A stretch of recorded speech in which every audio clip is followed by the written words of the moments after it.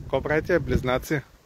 Искам да ви покажа в село Близнаци, община Аврен, къде се изхвърлят боклуците. Ще започна от единия край. Намирам се на ръба. Значи, това долу можете да си представите колко е дълбоко. По-нататък не ми се рискува, защото може да се озовра на дъното на пропаста.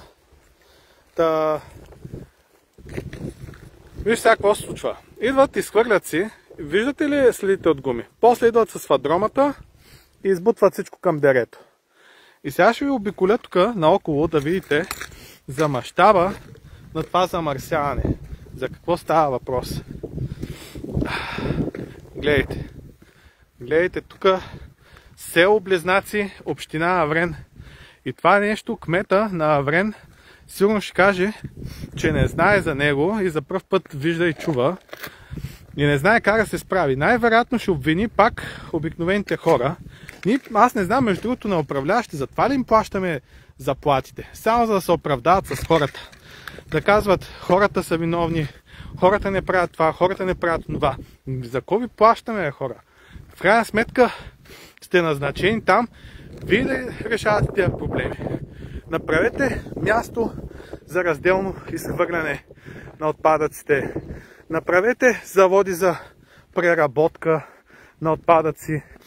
Технологиите ги има, по цял свят се използват.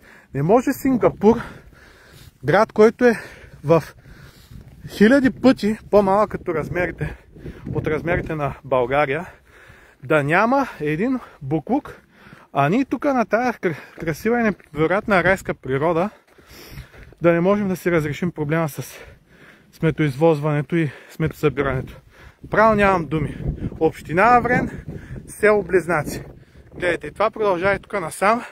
Имайте предвид под тези бабунки 100% има боклуци. Аз преди малко бях от другата страна на това дърво.